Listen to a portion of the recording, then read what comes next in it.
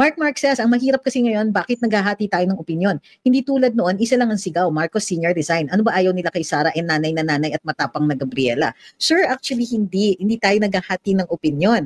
Yun nga lang, may mga tao na invested sila. Ayaw nila na si VP Inday ay makaupo kasi that means they're out of power. What they're really interested in is being in power. Ngayon, sa atin, wala namang issue. Alam naman natin, and we know who the constitutional successor is. So, yung mga nagsasabing naghahati ng opinion, yan po ay dahil sa interest nilang makahawak ng power. Uli. Kasi halimbawa, may mga partido dyan na they have been so out of it for so long. Wala na sila nung Duterte admin. Wala sila under the BBM admin. So much so that they have to make compromises with this administration. Literally, going back on all of their principles. 'Di ba? Prinsipyo na sila diyan yung nagsasabing yung no more Marcos, diktador, tuta, 'di ba? May mga ganun eh. Pero ngayon, they would much rather work with President Marcos with a person they called, nasa bloodline daw yung pang-aabuso, yung pagkadiktador and all that. Magnanakaw, 'di ba? Sila yung nagsasabi ngayon. They would rather, embarrass themselves by working with the person they said that they would absolutely refuse to recognize as president. It's not about corruption pag ganon. It's really about holding power and returning to power kasi ang tagal nilang nawala. If they do not survive the Marcos administration, ito na nga, padating na ang VP Inday. Pag hindi nila ma-survive ang administrasyon na ito, they will be wiped out. Wala nang relevance eh.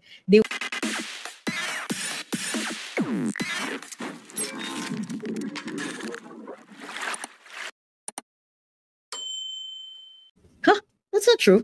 Sabi ni AA, I think the reason why pro-Dutertes aren't participating in the rallies right now dahil takot po sa martial law, lalo na at magaling gumawa ng kwento ang gobyerno at hindi sumusunod sa batas. Anong kinatatakutan sa martial law dito? Unang-una, may bagong saligang batas that came after the Marcos senior administration.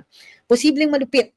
At yes, maraming nagsusulat ng mga dalubhasa sa kasaysayan at sinasabi na malupit talaga ang imposition ng martial law noon kasi pwedeng mga random na napipick up ka na sunduin ka ng PC sa bahay and so on at maraming mga extrajudicial disappearances nung panahon na yon. Pero iba na yung panahon. Number two, maraming CCTVs and so on. Kumbaga, evidence-wise, it is more difficult.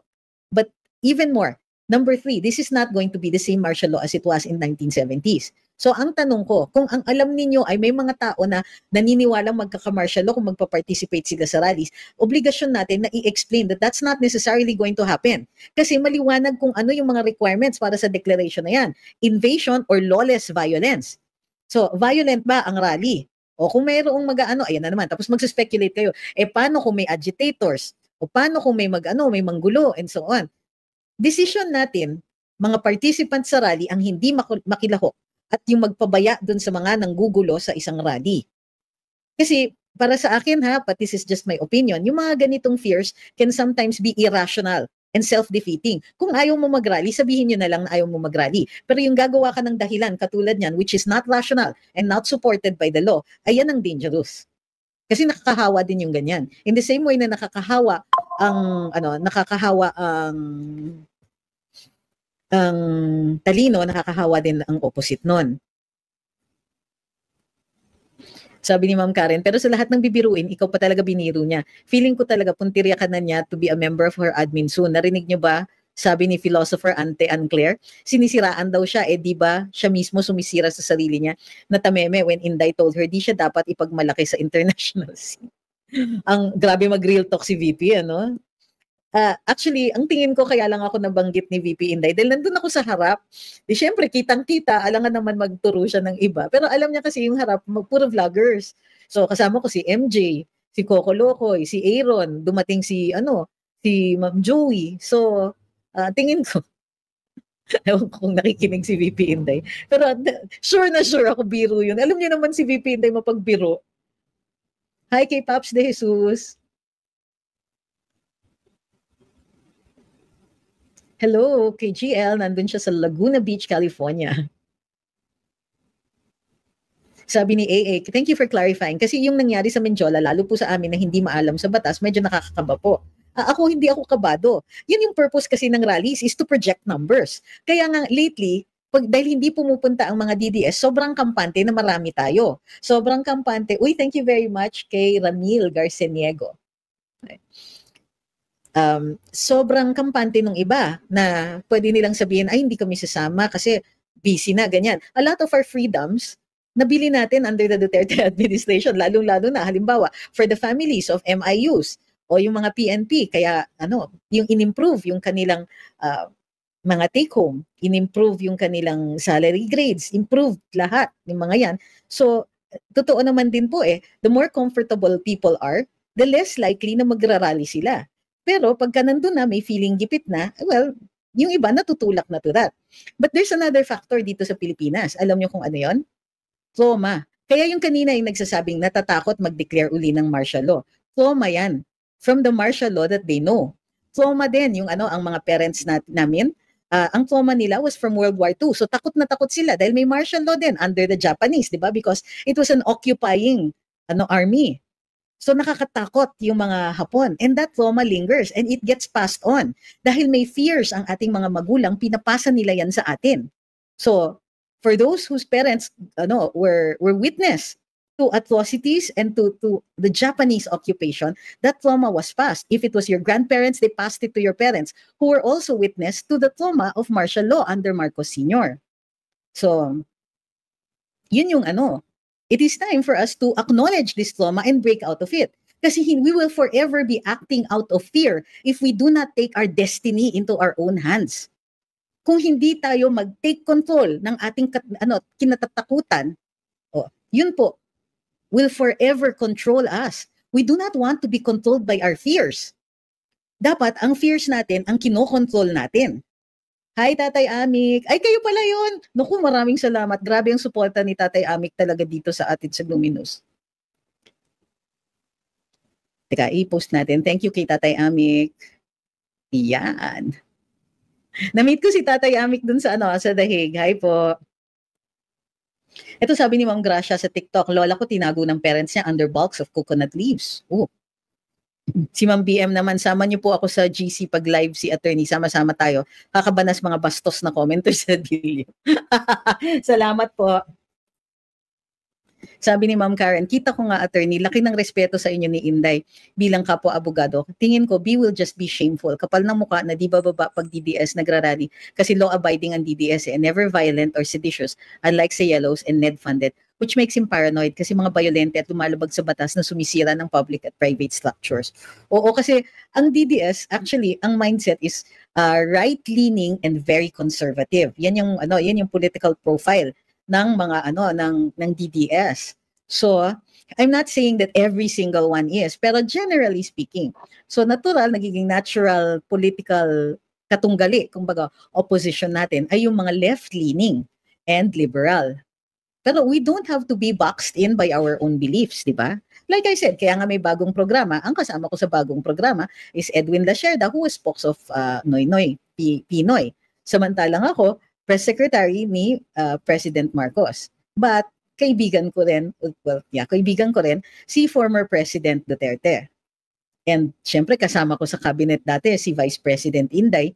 And ganun na, alam niyo natutuwa ko sa cabinet, everybody calls each other Sec ganyan. So, halimbawa, ang madalas kong kausap si Secretary Lotilla, Sec Popo, sir, ganyan kasi teacher ko siya So pero si VP Inday, consistent siya kahit sa cabinet ang tawag niya sa akin, Attorney Trix. So ako naman, ma'am, never mawawala yun sa akin. Talagang ma'am VP. Sabi ni Bright, dati kapag nakakakita ko ng rally, iniisip ko lagi magulo. Pero kapag DDS sinasabi, lagi ng speakers na hindi natin kalaban ang mga pulis, pero sa iba inaaway at binabato. Sabi ni Mikey, wag na po tayo gumawa ng excuses to be strong and brave. We fight for our children. Nasa labas na po isang paa nyo. Ituloy-tuloy nyo na. Let's go. Ang ganda niya maghikayat. Ang galing. Gusto ko yung mga ganyan. Hindi masyadong tough talk. Pero very convincing yung ganyan. Hi, shout out kay Sir Noel Torrefiel Israel. Sabi niya, shout out po, watching from Vancouver Island in Canada. Ganda ng interview po ni VP Sara. Very clear about sa laptop issues. Sana maintindihan na ng lahat kung ano ang confidential funds na ni-reveal niya. sana satisfied na ang ibang mga reporters at mga nakapanood at nakarinig. Lagi kong inaabangan mga media interviews po ni VP Sara kasi malalaman talaga mga sagot niya na happy at satisfied mga Pilipino po na gusto pagbabago sa Pilipinas. Sabi ni Ma'am Gracia, at least sa DDS, pag nagrarally, alam ng lahat ng sumali ang causes natin, hindi yung nag-a-attend lang kasi. Hi Ma'am Charina. Sabi ni Jolene, nakaka-proud kayong mga nakikipaglaban para sa ikabubuti ng ating bansa. Wait. May magandang opinion din si Sir Pio. Actually, ang sinasabi ko is DDS, hindi PRD. Kasi sabi ni ni Sir Pio, at maganda to, pakinggan din po natin, sabi niya, I don't think Duterte is right-leaning, he's very socialist, democratic via his policies.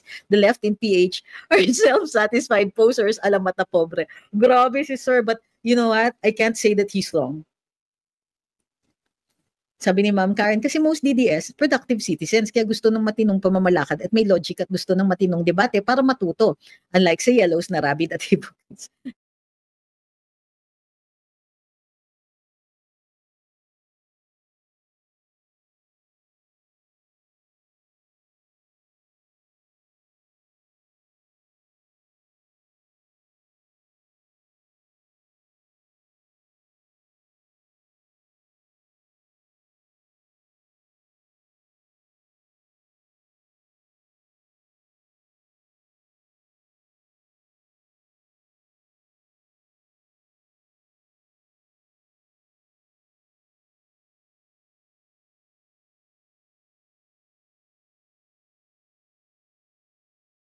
Ayan.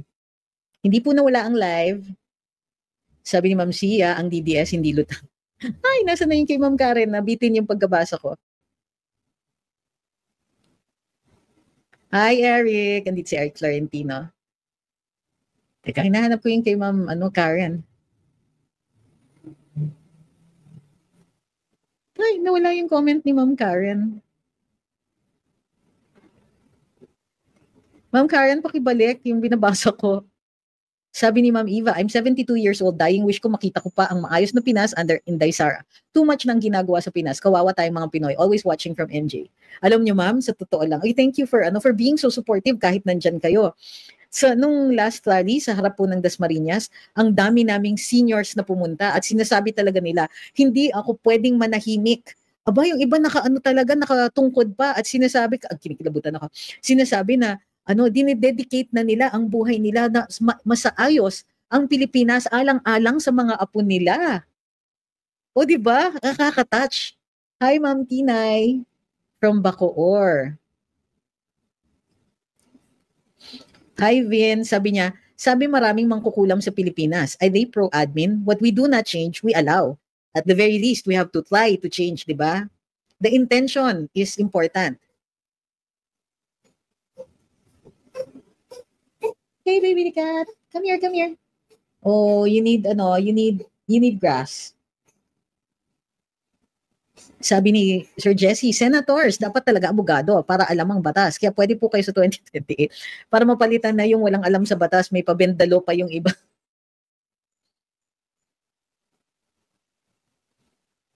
Hi, kay Ma'am Margarita de Torres. Sabi niya, hello from Cayman Islands. Regular follower niyo po ako since your Carambolista days, but unfollowed when you left. And just last week, I saw Kong John at with Remulla.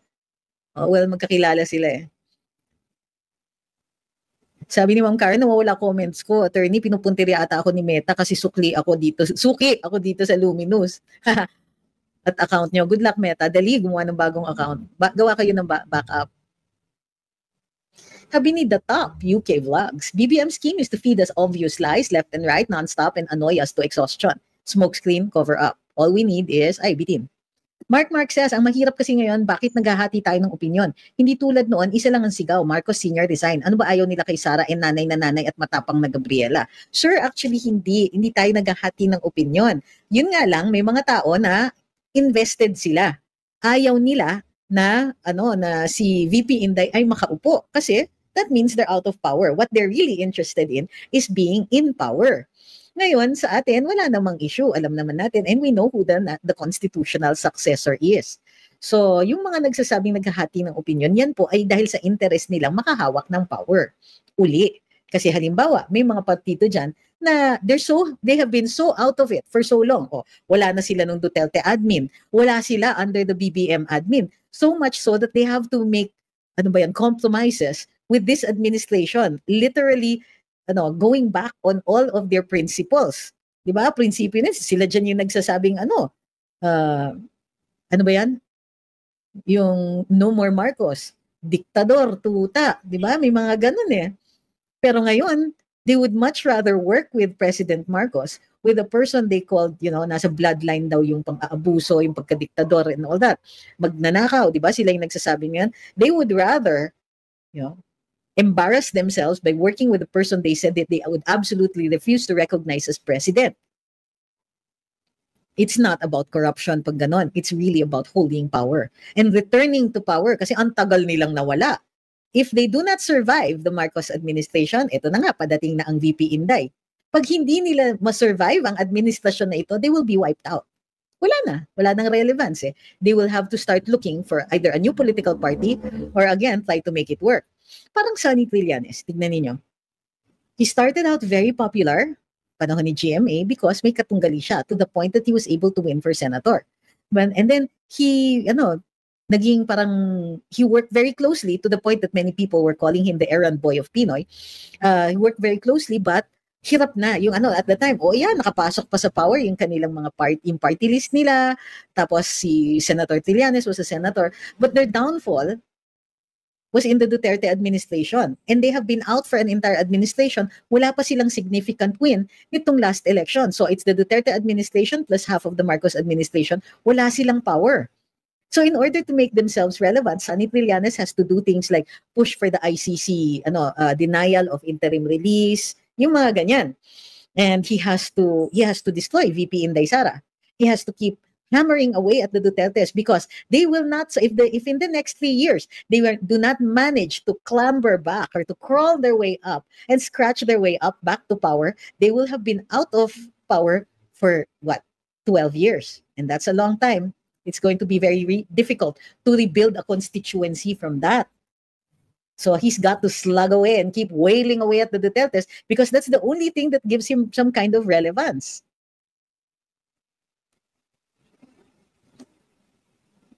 And sabi ni Ayamar Mendoza, agree daw siya.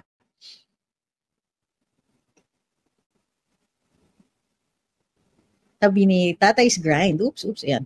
Sabi ni Tatay's Grind, I believe it is the certainty and not the severity of punishment that deters crime in all aspects, which is why PRD was successful and also why they don't want Inday Sara. So yung mga oppositors dito, it's not that they don't, tama kayo, they don't really want Inday Sara because of the certainty of penalty.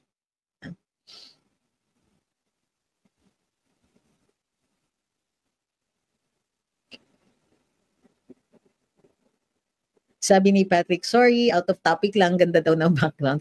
Alam niyo, consistent din. It's people like it in general. That's why I sometimes hindi ako nag-green screen. And then dati, when I first started vlogging yung mga live, doon ako where my backdrop is the lanay and it's plants. Sabi ni Yan, do you have a Norwegian forest cat and do you like this breed of cat? Wait, I have to check. I have not seen a Norwegian forest cat. Pretty big. There you go. Let me see. Ooh, how beautiful.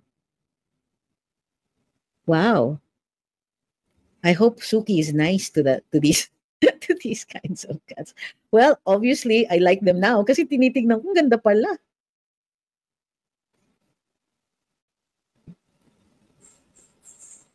Maranao inspired ba daw ang backdrop? Sabi ni Sir Noel. Kung di po ako nagkakamali, it's Malaysian. Well, it came from Malaysia. I don't know where, if that is its point of origin talaga. Hindi ko pa siya napapaaral eh.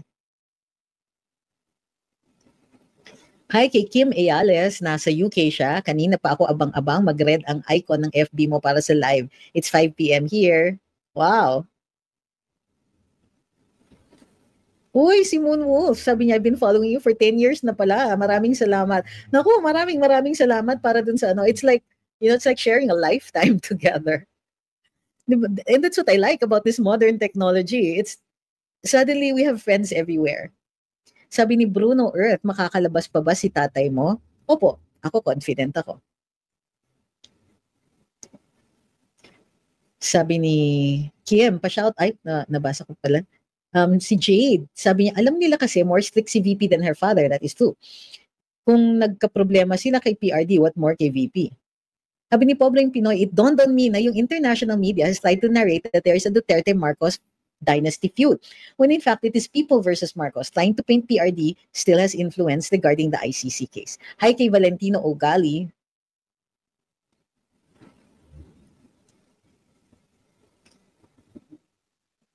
Hi kay Danilo Dumlao. Thank you very much. At saka kay hindi ko mabasa ang name. Uy, nasa top 99 na daw ako ng mga and collect tiles deemed for rewards. Ano kaya yon? Hi kay Lemony Snicket, salamat po.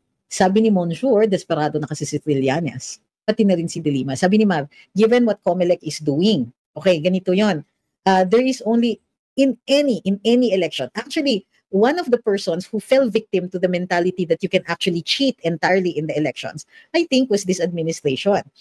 I understand na super confident ang presidente that they would have 100% wins sa Senate slate. Obviously, that didn't happen.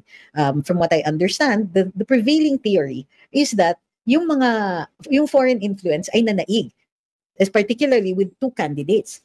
Plus yan. But there were other candidates that won primarily because ang hirap ng doktorin yung dami ng boto nila.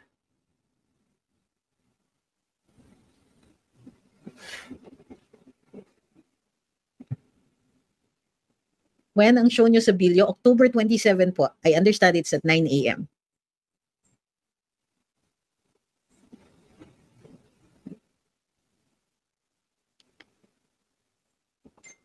Sabi ni Mikey, congrats sa bagong show nyo sa Billionaire. I stopped watching them about what they did to Marcoleta, pero for you, maganda na mag-watch ulit.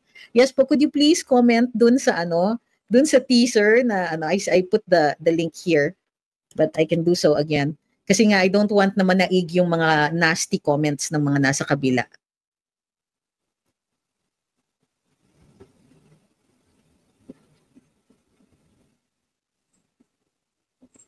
Sabi ni Jade, alam nila kasi, nabasa ko na po tayo. Sinisimulan na nilibayan, tirahin si VP Sara, sabi ni John Angelo Rivesa. May bahid daw ng korupsyon, ha? Do you think ba na may balak talagang tumakbo si Magalong? As far as I know, hindi pa, dahil nga mayor pa siya ng Baguio. Last term na ba ni Mayor Benji? Hindi ko alam. He might want to run for national office, but even he will have a hard time justifying a run for the presidency unless he has the numbers. Ngayon pa lang.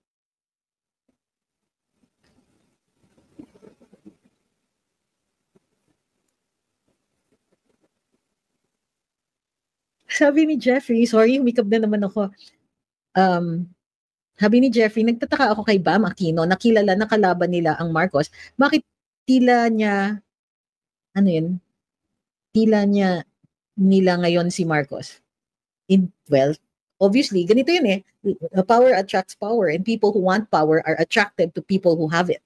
So, parang it's inevitable talaga. Thank you kay Danilo Dumlao at dun sa nagpadala ng donuts. Maraming salamat po.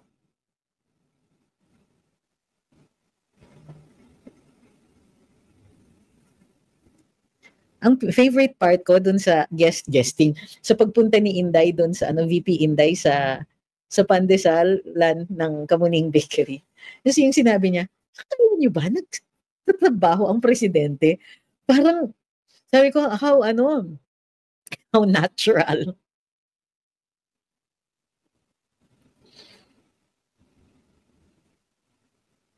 Sabi ni DA Top UK Vlogs, excited na ako maging Davao ang buong Pilipinas. Disaster ready, may law and order, ubos ang NPA.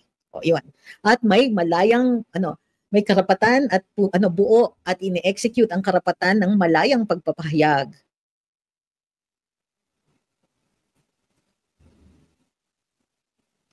Sabi ni Vievi, gumagaan ng loob ko kay Trililing pag di ko siya nakikita. Out of sight, out of mind talaga. He will never be relevant.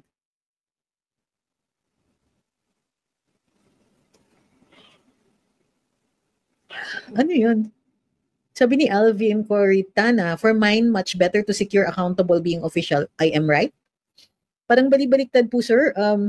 Hindi ko maintindihan yung katanungan. Paki-explain po. Thank you kay Betsy at kay Gising na Pilipinas. Sabi niya malabo si Magalong.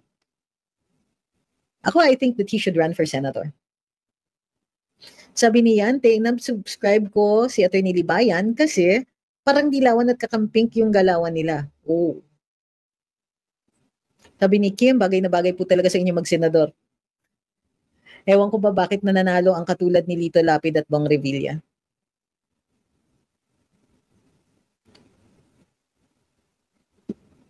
Sabi ni Viva La Vie, alam mo Alvin, tinatanong kita, paki-clarify po ang iyong statement. Huwag kang magsabi ng bubo. We're just asking. Sabi ni Chris, ako lang ba nakiki-cringe kung naririnig ko si Sec Vince na may mga adjectives before mentioning obvious man. Remulla na matapang daw, ganyan. Yeah. Hindi lang ikaw.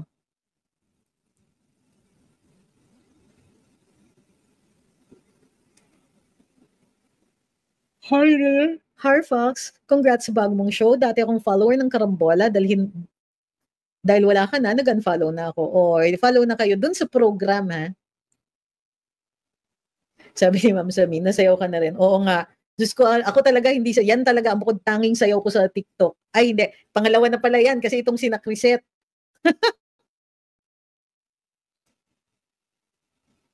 Sabi ni Jessie, si Atty. Libayan gusto maging presidente si Mayor Magalong nung watch ako sa kanya. Tinitira niya si VP Sara, huli ko agad siya. Ay nako, tama yun, makikinig din tayo dun sa may ibang mga vloggers na low-key, inaano na nila si VP Inday. Yung sinasalungat siya, yung mga ginagawa siyang sinungaling, alam mo yun? Sabi ni Pobreng Pinoy, sa mga hindi pa members ng channel ni Attorney Trix, join na kayo. This chat is a membership perk. Nice.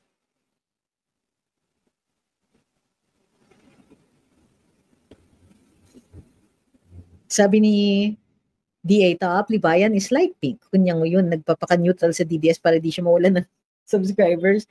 Ayaw nila daw sa trapo pero umamin na binoto si Ping. Oh.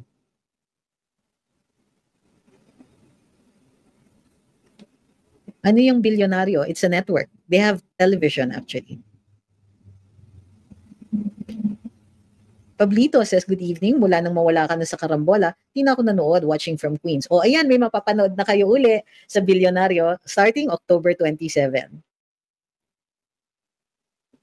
Sabi ni Viva La Vie, kung mahiwalay na ang Mindanao at Visayas sa Luzon, dilipat ba kayo ng Davao? Natural.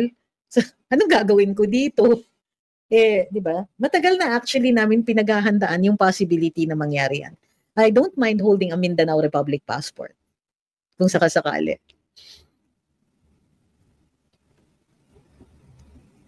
Sabi ni Marco, off topic, I saw actually it's interpellation. INTERPELLATION. Interpolate means to singit. May isisingit ka na number, may isisingit ka na word. But interpellate means to debate. I saw the interpellation of Kong Kiko about sa budget ng PCO. Nakakagigil, 3 billion budget nila para pabanguin ang image ni Marcos na dati ng sira, nakakasuklam, nahiya ang North Korea. Kim Jong-un versus BBM, I prefer Kim Jong-un. Do we have Philippine hedgehogs? As far as I know, I have not seen one and I have not heard that we do. But you never know, ang taas ng biodiversity natin dito sa Pilipinas. Roy says, nakakalimutan nila na may mga kiss of death endorsement si BBM. That is true.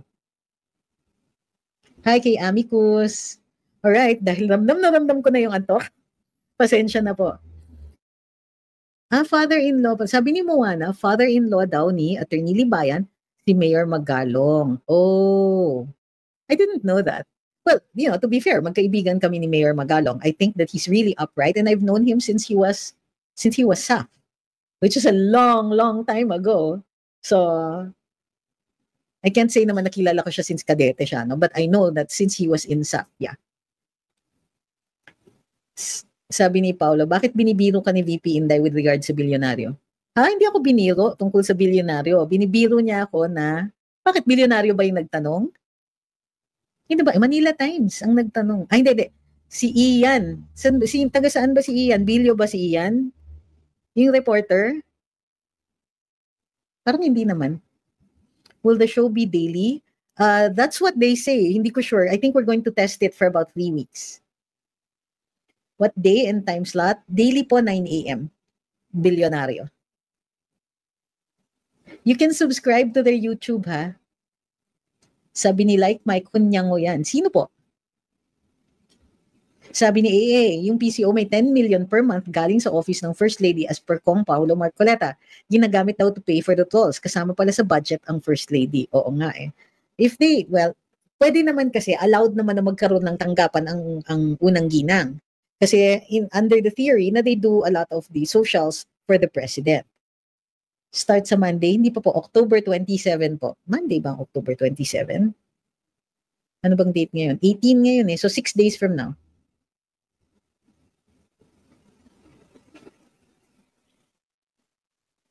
Ano po sorry po. Ano po topic ng new show ninyo? Well, their points of view, kumbaga, of current events pa rin po. Hi kay Jazz, RTMS, how I wish to see you as Senator of the Philippines. Well, thank you very much. I'm really and truly very flattered that you do. But the reality is, I really could not afford to run for senator. That can only happen if I am endorsed by somebody who would have the wherewithal to support his or her candidates.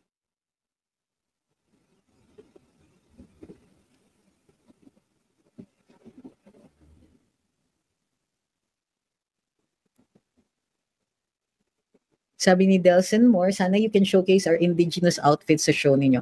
I will do my best. Or at least local designers. I fully intend to showcase also local designers. Sabi ni Carlos, at least alam natin sino-sino mga kalaban, nagsasama sila, pero marami sa mga OFWs, pabor pa rin sa mga Duterte. Sabi ni Mav, do you think some celebs are paid for their influence na iligaw ang mga rally? It's possible. Sabi ni Jade, does the Supreme Court intervene in anything that has to do with this predicament? They cannot intervene. They have to decide only cases and controversies. Sabi ni Patrick, I hope BNC will unleash you instead na prenohan ng mga sinasabi ninyo. That's a good point. Let's see. Let's test that in the first 3 weeks. Sabi ni Dan, baka gamitin ka lang dyan para maghakot ng manonood dyan sa bilyonaryo. Tapos sasabihin kakampwet kami. Of course not, sir. Hindi naman po ako mistake for anything but DDS. So, I don't think that's in danger of happening.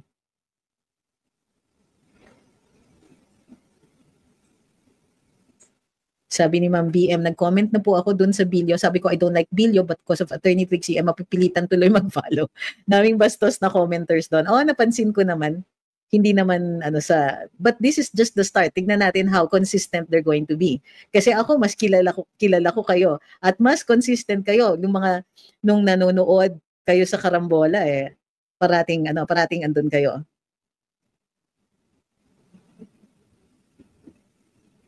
Ayan, ang dami na ngang comments.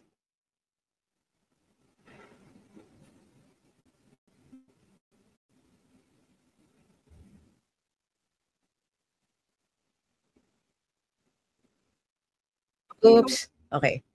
So, ayan. Thank you very much dun sa mga nag-comment. Please, I encourage everybody to comment ulit dun sa sa bilyonaryo teaser namin. Sabi ni Yani, wag po kayo magpapaawat sa sasabihin nyo, basta mangbastos sila ng mga DDS. Ay, totoo. Ganito yun Ako, papakita ko talaga sa kanila that we were raised by a Duterte. And that we can argue well without necessarily yung bastusan.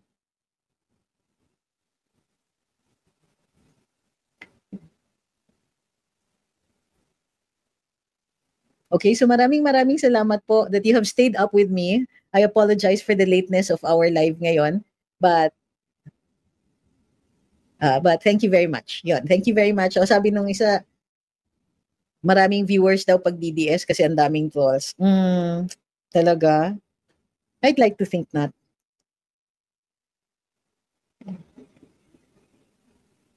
Sabi ni Sweet Dreams, we're so glad and proud to finally have a genuine and authentic DDS in their Balimbing channel. Actually, channels like Billionario, they need to balance out their views. So ang feeling ko, ako yung token, token DDS, but this is where it all begins. So this is the affirmative action that they need. Sabi ni Pobleng Pinoy, I like that program where you were with Marichu during the elections 2025. It was fun to watch. Can't remember what channel that was. No, that's Billionario channel. Mayaman mga trolls binabayaran. Sabi ni Carlos, basta more platforms, mas pabor to inform people about the political realities sa Pinas. So, okay, maraming salamat. We will see you again tomorrow. I hope you have a good night's rest. Para dun sa mga nandito. And for everybody else, have a good day. And hold fast, hold strong. Remember, we cannot and we do not lose hope. Alam natin yan. Alam natin ang ating paninindigan, alam natin that all we need to do is really wait it out and keep supporting VP Inday Sara. Okay, see you guys tomorrow. Thank you.